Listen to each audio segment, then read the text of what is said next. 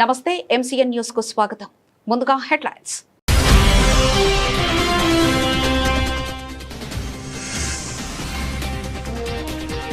గోదావరి పుష్కరాలు 2027 నిర్వహణపై సచివాలయంలో ముఖ్యమంత్రి నారా చంద్రబాబు నాయుడు ఉన్నతాధికారులతో ఉన్నత స్థాయి సమీక్ష.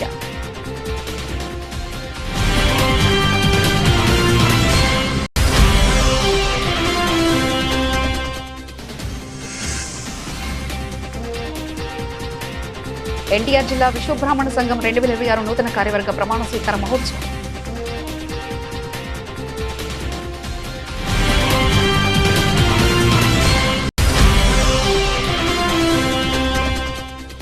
గుణదల పడవల రివ్యూ సెంటర్ వద్ద నిరసన దశగా స్థానికుల నీటిని పక్క నియోజకవర్గానికి తరలిస్తున్నారంటూ మండిపడిన దేవినేని అవినాష్.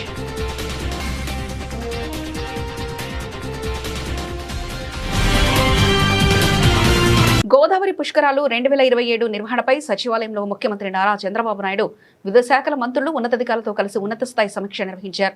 అఖండ గోదావరి అభివృద్ధి ప్రాజెక్టు పుష్కరాల ఏర్పాటుపై మంత్రుల కమిటీతో సీఎం సమగ్రంగా చర్చించారు. అత్యంత ప్రతిష్టాత్మకంగా జరగనున్న ఈ గోదావరి పుష్కరాలను అద్భుతంగా నిర్వహించేందుకు అన్ని శాఖల సమన్వయంతో ముందుకు సాగాలని ఆయన ఆదేశించారు. 2027 పుష్కరాల ప్రారంభానికి ముందే పోలవరం ప్రాజెక్టును పూర్తి చేసి జాతికి అంకితం చేస్తామని ఈ సందర్భంగా ముఖ్యమంత్రి కీలక ప్రకటన చేశారు. ఇటీవల ఉప ముఖ్యమంత్రి పవన్ కళ్యాణ్ క్షేత్రస్థాయిలో పర్యటించి ఇచ్చిన సూచనలు పరిగణలోకి తీసుకుని పనులు చేపట్టాలని స్పష్టం చేశారు. ఈ ఉన్నత స్థాయి సమీక్షా సమావేశంలో మంత్రులు ఆనం రామనారాయణ రెడ్డి, పయ్యావుల కేశవ్, బీసీ జనార్దన్ రెడ్డి, సత్యకుమార్ యాదవ్, పి నారాయణ, హోంమంత్రి వంగలపూడి అనిత, మంత్రులు నిమ్మల రామానాయుడు, మండిపల్లి రాంప్రసాద్ రెడ్డి, అనగాని సత్యప్రసాద్, గొట్టిపాటి రవికుమార్, వాసంశెట్టి సుభాష్లతో పాటు ప్రభుత్వ ప్రధాన కార్యదర్శి సిఎస్జి సాయి ప్రసాద్, డీజీపీ హరీష్ కుమార్, గుప్తా, దేవాదాయ, వైద్య ఆరోగ్యం, రవాణా, పర్యాటక, మున్సిపల్, పంచాయతీరాజ్, ఆర్థిక, జనవనరులు, పోలీస్ శాఖల ఉన్నతాధికారులు పాల్గొన్నారు.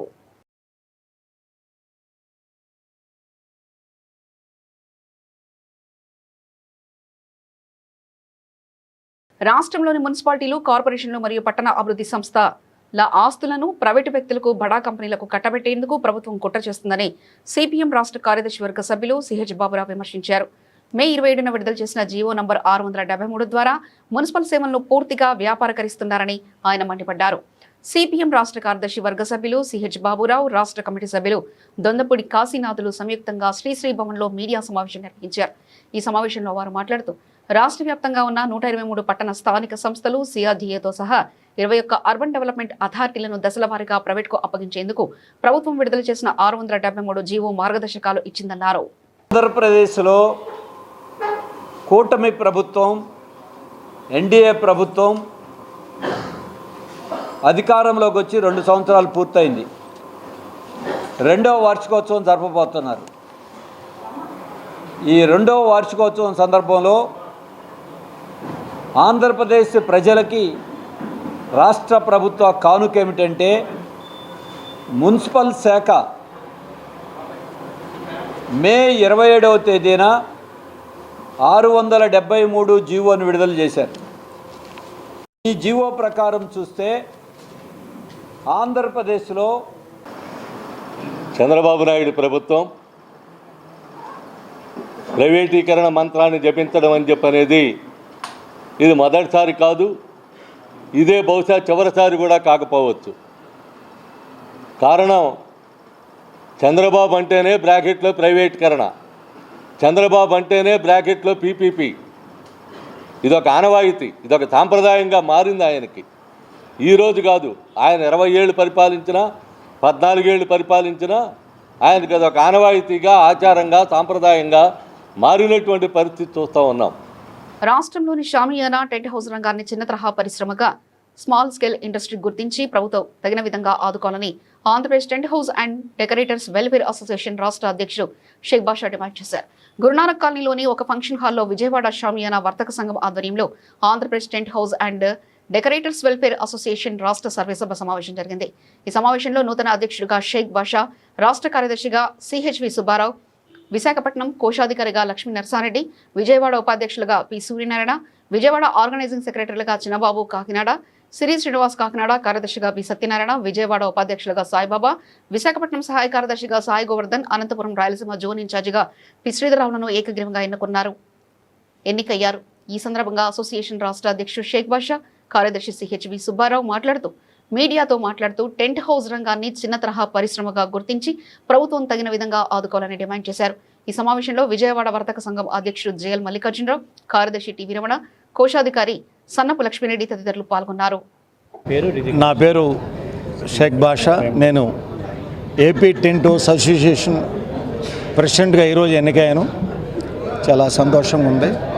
మేము గత 45 సంవత్సరాల నుంచి వ్యాపారంలో ఉన్నాం. షామాన్ వ్యాపారంలో చిన్న స్థాయి నుంచి ఈ స్థాయికి వచ్చాం.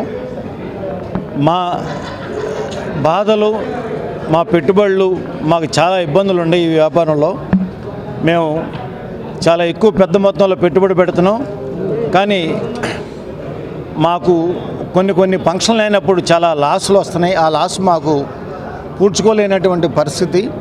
అలాగే చిన్న వాళ్ళంతా కూడా బతుకు తెరువు కోసం ఈ షామాన్ వ్యాపారం పెట్టుకుంటున్నాం. అలాగే చాలా పెట్టుబడులు పెడుతున్నాం. కానీ మా పెట్టుబడి పెట్టేదానికి మాకు సరైన ఆదాయం రావట్లేదు. మేము మా ఏపీ టెంట్ హౌస్ మొత్తంలో ఒక 4-5 లక్షల మందిని మేము మా కింద వర్కర్లుగా మేము పోషిస్తున్నాం వాళ్ళని. అంటే మేము ప్రతి వాళ్ళం కూడా ఒక షాపు నుంచి కనీసం 10 నుంచి 15 మంది వాళ్ళకు ఉద్యోగాలు ఇస్తున్నాం, ఉపాధి కల్పిస్తున్నాం. అలాగే పెద్ద షాపులలో 100-200 మందిని వాళ్ళు కూడా అండి. నాది విశాఖపట్నం. మేము ఈ షామానా ఫీల్డ్లో గత 35 ఇయర్స్ బట్టి ఫీల్డ్లో ఉన్నామండి. మెయిన్ అంటే నా ఆలోచన అంటే సార్ చెప్పింది 100% బాగుంది. ప్రెజెంట్లీ ఏంటంటే మా షామానా కొట్టు అంటే అసలు గౌరవం అనేది లేదు. ఒకప్పుడు అంటే ఒక షామానా కొట్టు అంటే ప్రతి చిన్న ఫంక్షన్ వచ్చినా సరే ప్రతి ఇంటికి కావాల్సింది ఏ చిన్న ఫంక్షన్ అయినా ముందు షామానా కొట్టుతోటి పని. ఈరోజు షామానా కొట్టు అనేది కొంచెం వాల్యూ తగ్గిపోయింది. ఈ ఈవెంట్స్ అని రకరకాలుగా వచ్చేసరికి షామానా కొట్టు అంటే అసలు ముందు గౌరవం అనేది లేదు. ఈ గౌరవాన్ని పెంచుకుందామని చెప్పేసే మేము ఈ యూనియన్ పెట్టుకొని ఒక 10 మందిలో కొంచెం ముందుకు మనం కూడా తెలియాలి ఒక స్టేట్ యూనియన్కి అని నా అభిప్రాయం. తర్వాత ఏంటంటే మేము స్టేట్లో కోట్లు అంటే చిన్న కొట్టు కానివ్వండి పెద్ద కొట్టుగా ఎంతో పెట్టుబడులు పెట్టి రకరకాలుగా ఉన్నాము. మాకు గవర్నమెంట్ తరపున కూడా అంటే చిన్న సాటి వ్యాపారస్తులు అందరూ అన్ని కలెక్టర్ ఆఫీసులు కానివ్వండి రకరకాలుగా బిజినెస్లు చేస్తూ ఉన్నాము. అంటే చిన్నవాళ్ళు చిన్నగా తగ్గట్టు చేస్తున్నారు, పెద్దవాళ్ళ తగ్గట్టుగా చేస్తున్నారు. మెయిన్ ఏంటంటే గవర్నమెంట్ తరపున బిల్స్ కూడా ఎవరికి రావటం లేదు. ఆ బిల్స్ రావడానికి కూడా మేము మా అంతు కొంచెం ముందుకు తీసుకెళ్ళి స్వతంత్ర భారతదేశంలో 1950లో వెలువడిన ప్రెసిడెంట్ ఆర్డర్ దళిత క్రైస్తవులకు తీవ్ర అన్యాయం చేసే విధంగా ఉందని, ఆ చట్టాన్ని తక్షణమే రద్దు చేయాలని లేదా దళిత క్రైస్తవులకు ఎస్సీ హోదా కల్పిస్తూ పునఃసమీక్ష చేయాలని ఆల్ ఇండియా దళిత క్రిస్టియన్ పీస్ ఫోరం అధ్యక్షుడు డాక్టర్ లంకా కరుణాకర్ దాస్ డిమాండ్ చేశారు. తమ హక్కుల సాధనలో భాగంగా ఈ నెల 4వ తేదీన విజయవాడ ధర్నా చౌక్ వద్ద ఆత్మగౌరవ మహాధర్నా నిర్వహించనున్నట్లు ఆయన తెలియజేశారు. క్రైస్తవులు పెద్ద ఎత్తున ఈ ధర్నాలో పాల్గొని విజయవంతం చేయాలని పిలుపునిచ్చారు. లబ్బిపేటలో మంగళవారం ఒక హోటల్లో ఏర్పాటు చేసిన విలేకరుల సమావేశంలో All India Dalit Christian Peace Forum అధ్యక్షుడు డాక్టర్ లంకా కరుణాకర్ దాస్ మాట్లాడుతూ దళిత హక్కుల సాధన కోసం రాబోయే రోజుల్లో పెద్ద ఎత్తున ఉద్యమిస్తామని స్పష్టం చేశారు. వివక్షపూరిత చట్టాలు మారాలి. ప్రెసిడెంట్ ఆర్డర్ ప్రకారం హిందూ మతం నుంచి క్రైస్తవ మతంలోకి మారిన వారికి ఎస్సీ ఫెసిలిటీస్ సౌకర్యాలు రావట్లేదని కరుణాకర్ దాస్ ఆవేదన వ్యక్తం చేశారు. విలేకరుల సమావేశంలో ఫోరం ప్రతినిధులు బందెల దయానంద్, సహదేవ్, బిషప్ జ్యోతి, ఆనంద్, పులిపాక ప్రకాష్, బసవన్న, దైవప్రకాష్ తదితరులు పాల్గొన్నారు. మీడియా మిత్రులకు అందరికి కూడా నేను థ్యాంక్స్ చెప్పదలుచుకున్నాను. ఎందుకంటే పిలిచిన వెంటనే మీరు అందరూ వచ్చినందుకు మీకు అందరికీ కూడా మరొకసారి నేను థ్యాంక్స్ చెప్తున్నాను. ఈ యొక్క మీటింగ్ యొక్క ప్రధానమైనటువంటి అంశం ఏమిటంటే 1950వ సంవత్సరంలో ప్రెసిడెంట్ ఆర్డర్ చాలా ఘోరంగా ఇవ్వటాన్ని జరగడాన్ని మనం చూస్తూ ఉన్నాం. మీ అందరికి కూడా తెలుసు ఆ విషయం. ఈ ఆర్డర్లో ఎవరైనా కూడా హిందూ మతం నుంచి క్రైస్తవత్వానికి వెళ్తే అక్కడ వాళ్ళకి తిరిగి ఆ ఫెసిలిటీస్ రావు అనే దాని మీద ఉంది. అయితే ఇక్కడ ఏం జరిగింది అంటే 1956లో సిక్కులకు రిలాక్సేషన్ ఇచ్చారు. అదేవిధంగా 1990లో బుద్ధులకు రిలాక్సేషన్ ఇచ్చారు. అసలు ఒరిజినల్గా అట్టడుగున ఉన్నటువంటి వారు ఎవరునంటే ఎస్సీలు. వీళ్ళు పాత రోజులలో వీరిని గుడులకు రానివ్వకుండా దూరంగా పెట్టిన విధానాన్ని బట్టి, అంటరాని విధంగా చూసిన దాన్ని బట్టి వీళ్ళు చూస్ చేసుకున్నది ఏంటంటే క్రైస్తవత్వం. ఎందుకంటే క్రైస్తవత్వంలో ప్రేమ ఉంది కనుక ఆ ప్రేమను చూస్ చేసుకొని దాంట్లోకి వెళ్ళారు వీళ్ళు. ఇప్పుడు ఏమంటున్నారు, ఆ 50 దగ్గర నుంచి ఏం చేశారు, వీళ్ళకి ఫెసిలిటీస్ ఇవ్వము, ఎస్సీకి ఇచ్చే ఫెసిలిటీస్ ఇవ్వము అని చెప్పడం ద్వారా చాలా ఇబ్బందికరమైన సిచ్యువేషన్లో ఉంది. మరి అదే ప్రాసెస్లో ఉన్నప్పుడు బుద్ధులకు ఎందుకు ఇచ్చారు, సిక్కులకు ఎందుకు ఇచ్చారు? ఇది మా మొదటి. రాష్ట్ర ప్రజలకు, రాష్ట్రంలో ఉండేటువంటి క్రైస్తవ సమాజానికి మీ అందరికీ కూడా మా నమస్కారాలు తెలియజేస్తున్నాం. ఈ రోజున ఈ యొక్క ప్రెస్ యొక్క సమావేశం యొక్క ముఖ్య ఉద్దేశం, మా నాయకులు చెప్పారు, 1950వ సంవత్సరంలో ప్రెసిడెన్షియల్ ఆర్డర్లో క్రైస్తవత్వాన్ని స్వీకరించిన వారికి వారికి ఉండే ఫెసిలిటీస్ పోతాయి అనేటువంటిది ఆ యొక్క ఆర్డర్లో ఉన్నది. అయినప్పటికీ కూడా సిక్కులకు, బౌద్ధులకు దాన్ని అమెండ్మెంట్ చేయడం జరిగింది. అయితే భారతదేశం మొత్తము కూడా దళితులు దాదాపు 25% పైచిలుకున్నాం. కానీ ఈ దళితులకు మాత్రం వారికి జరిగినటువంటి అమెండ్మెంట్ జరగకుండా దీని ద్వారా రాజకీయ నాయకులు, ప్రభుత్వాలన్నీ కూడా మమ్ములను వివక్షకు గురి చేస్తున్నాయి. దీనికి మేము బదులుగా ఆంధ్ర రాష్ట్రానికి క్యాపిటల్ అయినటువంటి విజయవాడ పట్టణం నుంచి ఒక పిలుపునిస్తున్నాం. ఈ రోజు నుంచి మాకు కలిగినటువంటి హక్కులను మేము పొందే వరకు ప్రతి మండలం. డాక్టర్ జ్యోతి ఆనంద్, భారతదేశ మొట్టమొదటి ప్రధాని జవహర్లాల్ నెహ్రూ గారు అన్నారు, క్రైస్తవులు నిద్రపోతున్న సింహాలు వంటి వారు. మరి మీరు ఎక్కడైనా సరే చూసినట్లయితే క్రైస్తవుల మీద ఎవరైనా దాడి చేస్తారు, కానీ క్రైస్తవులు ఎవరి మీదైనా దాడి చేసినట్లు ప్రపంచ చరిత్రలో కానీ మన భారతదేశంలో కానీ ఎక్కడా కూడా మీరు కని విని ఎరిగి ఉండరు. ఎందుకంటే మా యేసు ప్రభు చెప్పినటువంటి ఆ యొక్క శాంతి సందేశాన్నే మేము దేవుని ప్రేమతో మరి ప్రపంచానికి అందరికీ కూడా మేము ప్రకటిస్తున్నాం. అంత మాత్రమే కాదు, అనేక మందికి సహాయం చేస్తున్నవి క్రైస్తవ సంస్థలు. అనేక మంది పేదలను ఈ రోజున అప్లిఫ్ట్ చేశాయి. మన భారతదేశంలో గొప్ప గొప్ప నాయకులు కూడా క్రైస్తవ విద్యా సంస్థల్లో చదువుకుని గొప్పవారయ్యారని వారు ఇంటర్వ్యూస్లో చెప్తూ ఉంటారు. Right to freedom of religion, మరి మత స్వేచ్ఛ కలిగిన ఈ దేశంలో మరి ఎందుకో ఎస్సీలకు మాత్రం క్రైస్తవ్యంలోకి వెళ్తే మరి ఈ కండిషన్ పెట్టారు. ఇది చాలా మరి ఆ రోజున క్రైస్తవ ప్రతినిధులుగా ఎవరు వెళ్ళారో మాకు తెలియదు, కానీ ఈ రోజున జరుగుతున్నటువంటి ఈ యొక్క మరి మన భారతదేశంలో జరుగుతున్నటువంటి ఈ కుట్రను మరి మనం క్రైస్తవులందరూ కూడా ఎదుర్కోవడానికి 4వ తేదీన లంకా కరుణాకర్ దాస్ గారి యొక్క నాయకత్వంలో, అదేవిధంగా 23వ తేదీన దయానందం గారి యొక్క నాయకత్వంలో జరగబోయేటువంటి ఈ యొక్క మహాసభలో అందరూ కూడా పాలు పొందాలని ఆహ్వానిస్తున్నాం. కాబట్టి మనమందరము కూడా మరి ప్రపంచం భారతదేశం వైపు చూస్తుంది, ప్రపంచం అంతా భారతదేశం వైపు చూస్తుంది. కాబట్టి మన దేశంలో మరి తోటి వారిని మనం ఏ విధంగా ప్రేమిస్తున్నాం అనేటువంటిది కూడా భారతదేశం వైపు ప్రపంచం గమనిస్తుంది. కాబట్టి మరి ఈ మధ్య కాలంలో విపరీతంగా జరుగుతున్నటువంటి దాడులను మేము ముక్త కంఠంతో ఖండిస్తూ మరి నిద్రపోతున్న సింహాల వంటి క్రైస్తవులను నిద్ర లేపొద్దని హెచ్చరిస్తున్నాం. రాజకీయ పార్టీలు బీసీలను కేవలం ఓటు బ్యాంకుగా వాడుకుంటున్నాయే తప్ప వారికి తగిన రాజకీయ ప్రాధాన్యత కల్పించడం లేదని బీసీ ఐక్య సంరక్షణ సమితి జాతీయ అధ్యక్షులు బీజీఆర్ నారగోని ఆవేదన వ్యక్తం చేశారు. 134 బీసీ కులాలు ఉన్నా కేవలం 7-8 కులాలకే అసెంబ్లీలో నామమాత్రపు ప్రవేశం దక్కుతుందని, మేజార్టీ కులాలైన రజక, నాయబ్రహ్మణ, కుమ్మరి, వడ్రంకి వంటి వారు రాజకీయంగా విస్మరించబడుతున్నారని పేర్కొన్నారు. బహిష్కరించబడుతున్న బీసీలు ప్రజాస్వామ్య పరిరక్షణ అన్న అంశంపై బీసీ ఐక్య సంఘర్షణ సమితి ఆధ్వర్యంలో గాంధీనగర్ ప్రెస్ క్లబ్లో చర్చాగోష్ఠి జరిగింది. ఈ కార్యక్రమంలో సమితి జాతీయ అధ్యక్షులు విజిఆర్ నారగోని, రాష్ట్ర అధ్యక్షులు Adimulam Guruswamy Yadav, national political justice front రాష్ట్ర అధ్యక్షురాలు పొట్టూరిదేవి, సమితి జాతీయ ఉపాధ్యక్షులు వీరంకి అయ్యన్నబాబు, ఉమాలక్ష్మి, అనంతపురం, శివ, అంగడాల, పూర్ణచంద్రరావు తదితరులు పాల్గొన్నారు.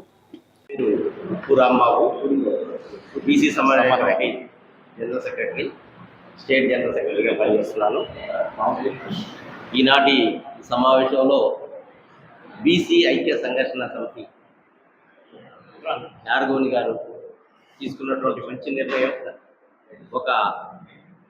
ఒక్కళ్ళ దగ్గరే అధికారం ఉండకూడదని నాతోనే ఈ యొక్క సంస్కరణ ప్రారంభించాలని చెప్పేసి చూసిగా నిన్నటి వరకు ఉన్నటువంటి అయ్యన్న గారిని జాతీయ అధ్యక్షులుగా చేసి నేడు మన గురుస్వామి యాదవ్ గారిని స్టేట్ ప్రెసిడెంట్గా చేయటం హర్షించదగినటువంటి విషయం.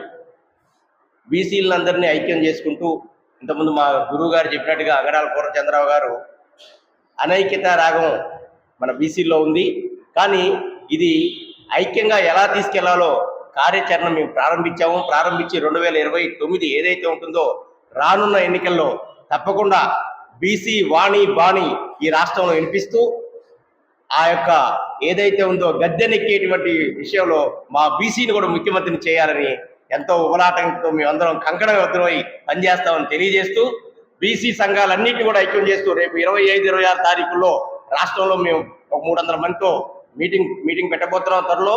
దానికి కూడా మా సారథ్యులు గురువు గారు నారగోని గారు కావచ్చు, అలాగే మా అంగడాల పూర్ణచంద్రరావు గారు బీసీ సమన్వయ కమిటీ నుంచి ఒక మంచి స్లోగన్ని రేపు పొద్దున రాబోయే యువతకి ఏ విధమైనటువంటి సందేశం అంటే మనమేంటి మన బలం ఏంటి, బీసీ అనేటువంటి వాడి యొక్క వాణి బాణిని వినిపిస్తూ రేపు పొద్దున ఆంధ్ర రాష్ట్రం నుంచి ఢిల్లీ వరకు బీసీ నినాదం వినిపించేలాగా రాబోయే రోజుల్లో ప్రణాళికను సిద్ధం చేస్తున్నామని తెలియజేస్తూ ఈ అవకాశం ఇచ్చినందుకు నారగోన్ సారికి అలాగే వచ్చిన మిత్రులందరికీ ధన్యవాదాలు తెలియజేస్తూ సెలవు తీసుకుంటాను. థ్యాంక్ యూ అండి.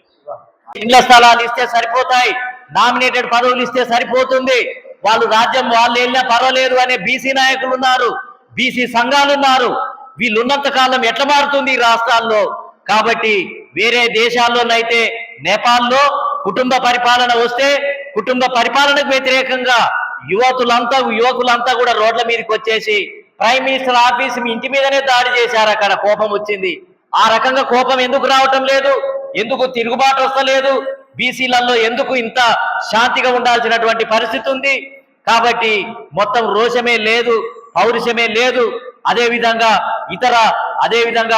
వంశ పారంపర్యానికి వ్యతిరేకంగా తిరుగుబాటు జరుగుతున్నాయి. దేశవ్యాప్తంగా ప్రపంచంలో అనేక దేశాల్లో వస్తున్నాయి. కానీ ఈ దేశము మొత్తం ఏంటంటే ఇటువరకు స్వాతంత్రోద్యమ పోరాటంలో ఎంతో మంది అమరులమయ్యాం. అంటే ఇతరుల కోసమే పోరాటం చేయడానికి పుట్టామా? ఇతరులను ముఖ్యమంత్రులు చేయడానికి పుట్టామా? మనం న్యాయబద్ధంగా మనకు రావాల్సిన వాటా కోసం మనం పోరాటం చేయవలసినటువంటి అవసరం లేదా అనేది ఈ సందర్భంగా ఇవాళ చర్చా కార్యక్రమంలో ఇవాళ బలంగా ఇదే పెడుతున్నాం. బీసీలంతా లేవాలి. మొత్తం ఏందనంటే తిండి కోసమే బతకటం కాదు, మొత్తం ఏందనంటే సంక్షేమ కార్యక్రమాల కోసమే బతకటం కాదు, చిన్న చిన్న ఉద్యమాలు చేయటం కాదు. మనం కూడా ముఖ్యమంత్రి కావాలి. ఈ రాష్ట్రాన్ని మొత్తం ఏందనంటే ఒకసారి బోయలు పరిపాలించాలి, ఒకసారి దేవాంగలు పరిపాలించాలి, ఒకసారి ఒడ్డెర్లు కూడా పరిపాలించాలి, గౌడులు పరిపాలించాలి, యాదవులు పరిపాలించాలి, చెట్టి బలిజలు పరిపాలించాలి, మత్స్యకారులు పరిపాలించాలి, కొప్పుల వెలమలు పరిపాలించాలి, తూర్పు కాపులు బలమైనటువంటి వాళ్ళే కదా. తూర్పు పశ్చిమ గోదావరి పోతే చెట్టి బలిజలే విస్తారంగా ఉన్నారు. మత్స్యకారులైతే శ్రీకాకుళం నుంచి మొదలు పెడితే తిరుపతి వరకు విస్తారంగా లక్షల మంది ఓటు బ్యాంకుగా ఉన్నారు. యాదవులు రాష్ట్రం మొత్తం రాయలసీమ అనేక జిల్లాల్లో ఉన్నారు, గౌడలు ఉన్నారు మొత్తం కూడా. కాబట్టి విస్తారంగా కురుబ కమ్యూనిటీ ఉంది, మొత్తం 2-3 జిల్లాల్లో బలంగా ఉన్నారు కురుబ కమ్యూనిటీ. అదేవిధంగా బోయలు ఉన్నారు. మొత్తం ఏంటిది అని అంటే ఎక్కడికక్కడ విస్తారంగా ఉన్నా ఏమి చేయలేని నిస్సహాయ స్థితుల్లో కొనసాగుతున్నాం. కుల సంఘాలు ఏం చేస్తున్నాయి? మనమంతా ఎందుకు న్యాయబద్ధంగా ఉన్నాం? బ్రాహ్మణ సామాజిక వర్గం ఎదుర్కొంటున్న ఆర్థిక, సామాజిక, రాజకీయ సమస్యలపై చర్చించి వాటి పరిష్కారానికి ప్రభుత్వానికి తగు సూచనలు చేసేందుకు ఈ నెల 7న విజయవాడలోని ఐలాపురం హోటల్లో రాష్ట్ర స్థాయి సమావేశం నిర్వహించనున్నట్లు వేద విజ్ఞాన పరిషత్ చైర్మన్ డివి బాలసుబ్రహ్మణ్యం, న్యాయవాది సుందరరామ శర్మ వెల్లడించారు. ఈ సమావేశానికి రిటైర్డ్ ఐఏఎస్, ఐపీఎస్ అధికారులు, వైద్యులు, న్యాయవాదులు, కళాకారులు హాజరై తమ అమూల్యమైన సలహాలు అందజేస్తారని పేర్కొన్నారు. వేద విజ్ఞాన పరిషత్ ఆధ్వర్యంలో సోమవారం గాంధీనగర్ ప్రెస్ క్లబ్లో మీడియా సమావేశం జరిగింది. ఆ సమావేశంలో పేద విజ్ఞాన పరిషత్ చైర్మన్ డివి బాలసుబ్రహ్మణ్యం, ప్రముఖ న్యాయవాది చుండూరు సుందరరామశర్మ, బ్రాహ్మణ సేవా సంఘం గౌరవ అధ్యక్షులు కెవి బలరామకృష్ణమూర్తి, బ్రాహ్మణ శక్తిపీఠం కార్యదర్శి వేమూరి పల్లవి తదితరులు పాల్గొని మాట్లాడుతూ ఈ సమావేశానికి ఏ రాజకీయ పార్టీతో సంబంధం లేదన్నారు. అందరూ బ్రాహ్మణులుగా మాత్రమే హాజరు కావాలని స్పష్టం చేశారు. నా పేరు సుందరరామ శర్మ, న్యాయవాది. వేద విజ్ఞాన పరిషత్ తరఫున రేపు 7/6/2026న ఐలాపురం హోటల్లో బ్రాహ్మణ సంక్షేమానికి ఏం చేయాలి అనేటువంటి ముఖ్య ఉద్దేశంతో retired IAS officers, IPS officers, న్యాయవాదులు, డాక్టర్లు, కళాకారులు, ఆ రకంగా సంఘంలో ఉన్నటువంటి పెద్దలందరితోటి కూడా ఒక సమావేశాన్ని వేద విజ్ఞాన పరిషత్ ఏర్పాటు చేయటం జరిగింది. ఈ యొక్క ముఖ్య ఉద్దేశం ఏంటంటే, ఇవాళ ఆంధ్రప్రదేశ్లో ఉన్నటువంటి బ్రాహ్మణ సామాజిక వర్గానికి కావలసినటువంటి ఆర్థిక, రాజకీయ, సామాజిక ఉన్నటువంటి సమస్యల మీద ఒక్కొక్కరు అక్కడికి వచ్చినటువంటి పెద్దలు అడ్రస్ చేసి వాటిలన్నిటినీ కూడా ప్రభుత్వ దృష్టికి తీసుకువెళ్ళటాలి అనేటువంటిదే ముఖ్య ఉద్దేశం. ఈ యొక్క సమావేశం ఏ రాజకీయ పార్టీకి సంబంధం లేదు. ఏ రాజకీయ పార్టీలో ఉన్నటువంటి వాళ్ళైనా, వాళ్ళు నాయకులైనా, కార్యకర్తలైనా అందరూ కూడా సమావేశానికి ఆహ్వానించినటువంటి వారు మాత్రమే ఈ యొక్క సమావేశంలో పాల్గొనవలసి ఉంటుంది. అందులో అక్కడ మాట్లాడాల్సినటువంటి సబ్జెక్ట్స్లో పరిషత్ అనేటువంటిది గత 25 సంవత్సరాలుగా సామాజిక సేవా కార్యక్రమాలు చేస్తున్నటువంటి సంస్థ. రాజకీయాలకు అతీతంగా కళా, సాహిత్య, సంగీత, వేద విజ్ఞానం, సామాజిక సమస్యల గురించి నిర్మోహమాటంగా, నిర్భయంగా, రాజకీయపరమైనటువంటి ప్రమేయం లేకుండా కార్యక్రమాలు నిర్వహిస్తున్నటువంటి సంస్థ మాది. దాని చైర్మన్ నేను, బాలసుబ్రహ్మణ్యం నేను. గతంలో కూడా ఈ బ్రాహ్మణుల యొక్క సమస్యల గురించి ప్రభుత్వాలు ఏమైనప్పటికీ కూడా మాకు ఇవి కావాలి, ఇవి మీరు చేయండి, న్యాయంగా, ధర్మంగా, చట్ట ప్రకారం మీరు చేయగలిగినవిగా అడుగుతున్నామని చెప్పాం. అదేవిధంగా మనకి 23/7/2023 సంవత్సరం ఛాంబర్ ఆఫ్ కామర్స్ విజయవాడలో చేశాం. అదేవిధంగా 28/2023 విశాఖపట్నంలో కూడా ఈ యొక్క సమావేశాలు, మేధావుల సమస్యలు తీసుకొచ్చి ప్రభుత్వం దృష్టికి ఆ రోజు నిర్మోహమాటంగా ఇది కావాలని, ఇవాళ కొత్త కాదు. అదేవిధంగా దాదాపుగా ఒక 40 సంవత్సరాల క్రితం హిమాచల్ ప్రదేశ్లోని డేరా బాబా రోడ్డులో కార్యక్రమం జరిగింది ఈ బ్రాహ్మణ సమస్యల గురించి. అప్పుడు కూడా మేము వెళ్ళి, ఆ రోజుల్లో పంజాబ్లో ఎమర్జెన్సీ ఉంది, అయినా కూడా ప్రాణాలకు తెగించి వెళ్ళి కార్యక్రమం చేస్తాం. అంటే ఇట్ ఇస్ ప్రోసెస్. అంటే మనం అడగాలి. ప్రభుత్వం దృష్టికి కొన్ని సమస్యలు వెళ్ళకపోవడం వల్ల ఇప్పుడు ఉన్నటువంటి ప్రధానమైనటువంటి విషయం ఏంటంటే, నాయకులకి మన సమస్యలు చెప్పే విషయంలో కొద్దిగా లోటు ఉన్నది. ఎందుకంటే మరి నాయకుడి మీద భక్తో లేకపోతే అడిగితే అవ్వదనో నాకైతే తెలియదు, కానీ బట్ ప్రజెంట్ చేయవలసినటువంటి బాధ్యత. దేశానికి స్వాతంత్రం వచ్చి దశాబ్దాలు గడిచిన జనాభాలో 5% ఉన్న విశ్వబ్రాహ్మణులకు రాజకీయంగా, ఆర్థికంగా అన్యాయమే జరుగుతుందని తెలంగాణ మాజీ స్పీకర్ ఎమ్మెల్సీ సిరికొండ మధుసూదనాచారి ఆవేదన వ్యక్తం చేశారు. పాలక వర్గాలు విశ్వబ్రాహ్మణ పట్ల మానవీయ కోణంలో ఆలోచించడం లేదని విమర్శించారు. ఆర్థికంగా, రాజకీయంగా వెనుకబడిన విశ్వబ్రాహ్మణ సామాజిక వర్గాన్ని ఆదుకోవాల్సిన బాధ్యత ప్రభుత్వాలపై ఉందని డిమాండ్ చేశారు. ఎన్టీఆర్ జిల్లా విశ్వబ్రాహ్మణ సంఘం 2026 నూతన కార్యవర్గ ప్రమాణ స్వీకార మహోత్సవం తుమ్మలపల్లి కళాక్షేత్రంలో జరిగింది. ఈ కార్యక్రమానికి తెలంగాణ మాజీ స్పీకర్ ఎమ్మెల్సీ సిరికొండ మధుసూదనాచారి హాజరై నూతన పాలకవర్గంలో ప్రమాణ స్వీకారం చేయించారు. ఈ సందర్భంగా ఆయన మాట్లాడుతూ, స్వాతంత్రం వచ్చి దశాబ్దాలు గడిచిన విశ్వబ్రాహ్మణుల ఆర్థిక, సామాజిక స్థితిలో మార్పు రాలేదన్నారు. అందరికీ నమస్కారం. నా పేరు పెంటా సాయి కిరణ్. ఎన్టీఆర్ జిల్లా విశ్వబ్రాహ్మణ సంఘం అధ్యక్షులుగా గెలిచిన సందర్భంగా మరి ఏదైతే గత 4 నెలల నుంచి మా ఒక విశ్వబ్రాహ్మణ సంఘానికి ఎలక్షన్ అనేది ప్రక్రియ పెట్టుకున్నాం. దానిలో భాగంగా మొత్తం అన్ని మండలాల్లో తిరిగి పూర్తి మద్దతు మాకు సహకరించిన అన్ని మండలాల్లో అధ్యక్ష ప్రధాన కార్యదర్శితో పాటు ఒక ఎన్టీఆర్ జిల్లా విశ్వబ్రాహ్మణ సంఘం అనేది ఒక ఛాలెంజ్గా తీసుకున్నాం మేము. ఎందుకంటే మాకు ఎప్పుడు ఏ గవర్నమెంట్లు వచ్చినా సరే మమ్మల్ని గుర్తించరు. ఒక ఎమ్మెల్సీ ఉండదు, ఒక ఎమ్మెల్యే ఉండదు, ఒక కార్పొరేటర్ ఉండరు, ఎవరు ఉండరు. అందుకనే మీది ఎలక్షన్ అనేది బాగా మేము అన్ని మండలాలు తిరిగి పెట్టుకున్నాం. మేము ఒకటే చెప్తున్నాం, ఈరోజు ఈ తుమ్మలపల్లి కళాక్షేత్రంలో ప్రమాణ స్వీకారానికి ఇంత ధీటుగా ఎందుకు పెట్టుకున్నాం అంటే, ఒక ప్రభుత్వానికి ఒక మంచి మెసేజ్ ఇద్దామని. ఎందుకంటే మా వెనక కూడా ఇంత బలం ఉంది అని చెప్పడానికే ఈ తుమ్మలపల్లి కళాక్షేత్రంలో ఈ ప్రమాణ స్వీకారం పెట్టుకున్నాము. దానికి గాను మా అన్న శాసనసభ నేత, ప్రతిపక్ష నేత సిరికొండ మధుసూదనాచారి గారు, ఆయన చేతుల మీదుగా కూడా మాకు ప్రమాణ స్వీకారం జరగడం చాలా సంతోషంగా ఉంది.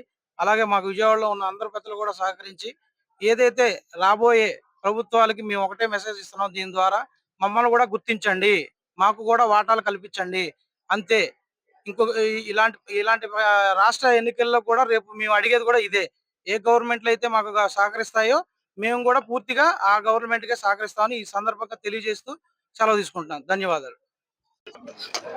ఎన్టీఆర్ జిల్లా విశ్వబ్రాహ్మణ సంఘానికి జరిగినటువంటి ఎన్నికల్లో గెలిచినటువంటి వారి పదవి బాధ్యతల స్వీకార కార్యక్రమానికి నేను రావడం జరిగింది.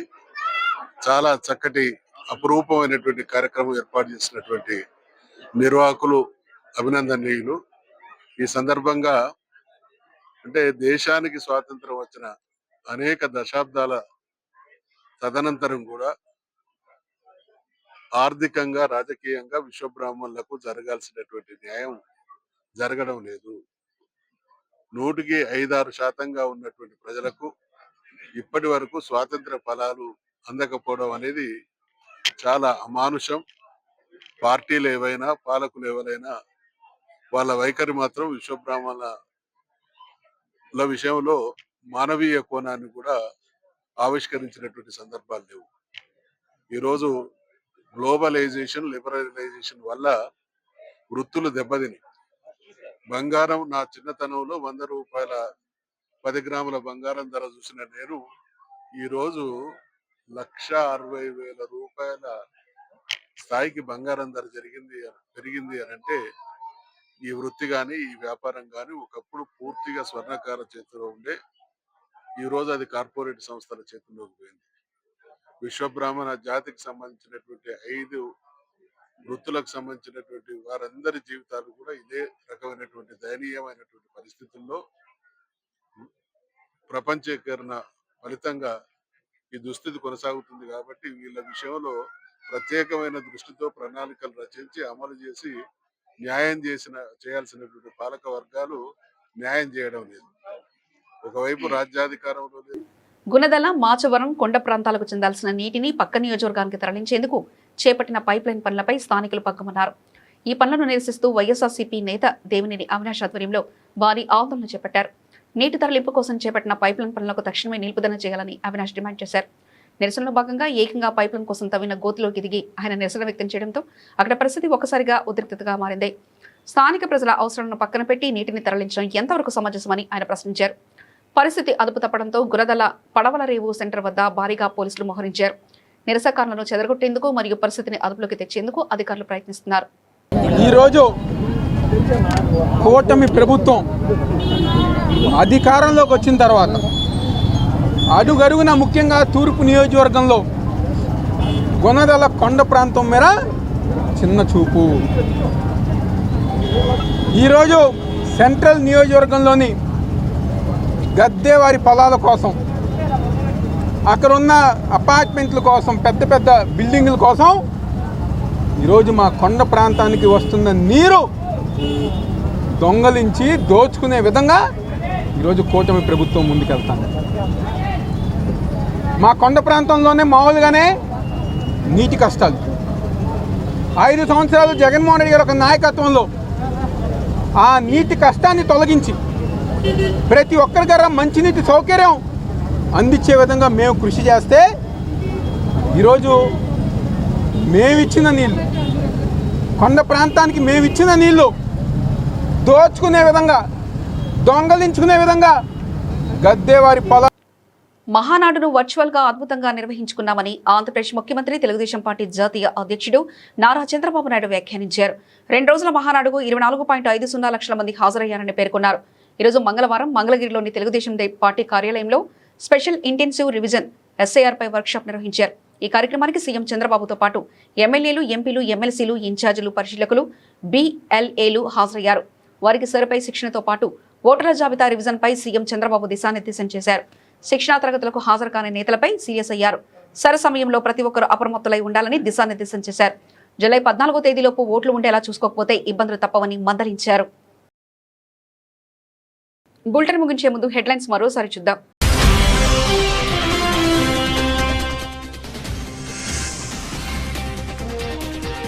గోదావరి పుష్కరాలు 2027 నిర్వహణపై సచివాలయంలో ముఖ్యమంత్రి నారా చంద్రబాబు నాయుడు ఉన్నతాధికారులతో ఉన్నత స్థాయి సమీక్ష.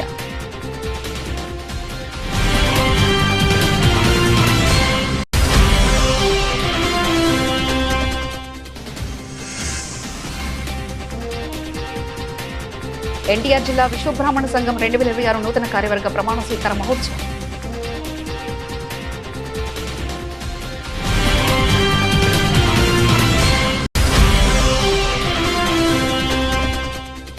గుణదల పడవల రివ్యూ సెంటర్ వద్ద నిరసన దశగా స్థానికుల నీటిని పక్క నియోజకవర్గానికి తరలిస్తున్నారంటూ మండిపడిన దేవినేని అవినాష్.